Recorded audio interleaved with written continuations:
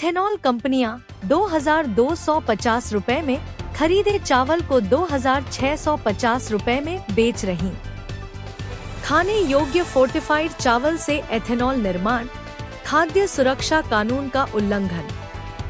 FCI गोदामों का चावल एथेनॉल प्लांट को बेचा गया, खुला बाजार में पुनर्विक्रय का खुलासा। बालाघाट में सरकारी चावल की अनियमित बिक्री से मचा हड़कंप। एथेनॉल के नाम पर पोषक चावल की बिक्री पर उठे सवाल। खाद्य सुरक्षा अधिनियम के उल्लंघन पर कार्रवाई की मांग तेज। 2250 में खरीदा, 2650 में बेचा, एथेनॉल कंपनियों पर मुनाफाखोरी के आरोप। एफसीआई और खाद्य विभाग की मिलीभगत पर जांच की मांग। एथेनॉल कंपनियां 2250 रुपए में खरीदे चावल को 2650 रुपए प्रति क्विंटल में बेच रही। खाद्य सुरक्षा कानून का उल्लंघन।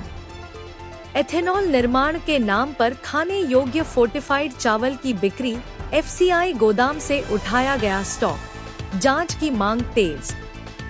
बालाघाट। मध्य प्रदेश के बालाघाट जिले में एथेनॉल निर्माण के नाम पर खाने योग्य चावल की अनियमित बिक्री का मामला सामने आया है। सूत्रों के अनुसार जिले में स्थापित 2 एथेनॉल कंपनियों को वर्ष 2023 से 24 के उपार्जन सत्र में जमा सरकारी चावल सीएमआर को भारतीय खाद्य निगम एफसीआई के गोदामों से 2250 रुपए प्रति क्विंटल की दर पर बेचा गया, जबकि वही चावल अब खुले बाजार में 2650 रुपए प्रति क्विंटल में बेचा जा रहा है। यह चावल फोर्टिफाइड राइस एफआरके श्रेणी का है, जो सामान्यतः जन वितरण प्रणाली पीडीएस के तहत उपभोक्ताओं को पोषणयुक्त आहार के रूप में वितरित किया जाता है। ऐसे चावल का एथेनॉल निर्माण में उपयोग खाद्य सुरक्षा अधिनियम का स्पष्ट उल्लंघन माना जा रहा है। गोदाम खाली करने के नाम पर की गई बिक्री।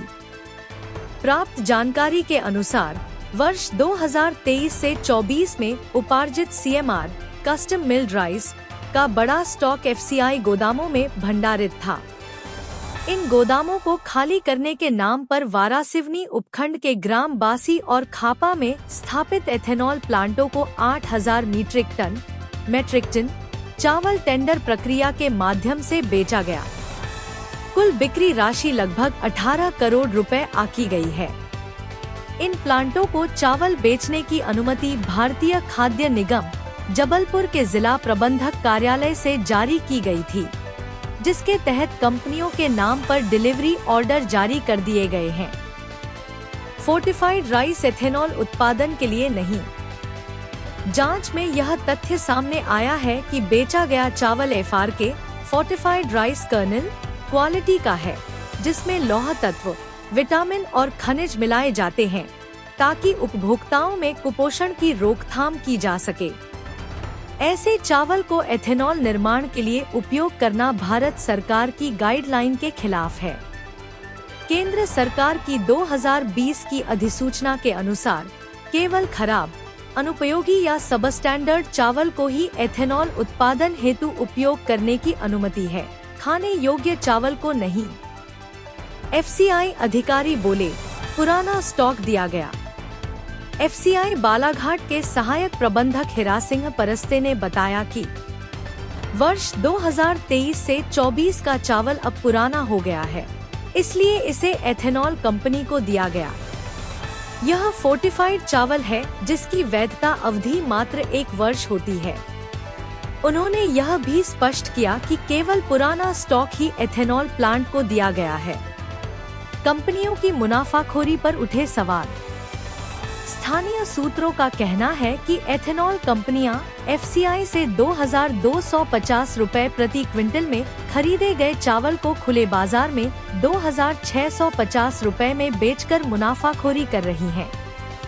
यह न केवल सरकारी संसाधनों के दुरुपयोग का मामला है, बल्कि खाद्य सुरक्षा अधिनियम और आवश्यक वस्तु अधिनियम का भी उल्लंघन माना जा सकता है। बासी एथेनॉल प्लांट को 30,000 क्विंटल चावल। जानकारी के अनुसार बासी स्थित एथेनॉल प्लांट को लगभग 30,000 क्विंटल 60,000 बोरियां चावल बेचा गया है, जो नवेगांव कोसमी के एफसीआई गोदामों में भंडारित था। खाद्य विभाग की कार्रवाई संभव। खाद्य विभाग के सूत्रों के अनुसार, यदि यह पाया गया कि एथेनॉल निर्माण के लिए उपयोग किया गया चावल खाने योग्य है, तो संबंधित कंपनियों पर आवश्यक वस्तु अधिनियम और खाद्य सुरक्षा अधिनियम 2013 के तहत कड़ी कार्रवाई की जा सकती है। एफसीआई जिला प्रबंधक का बयान।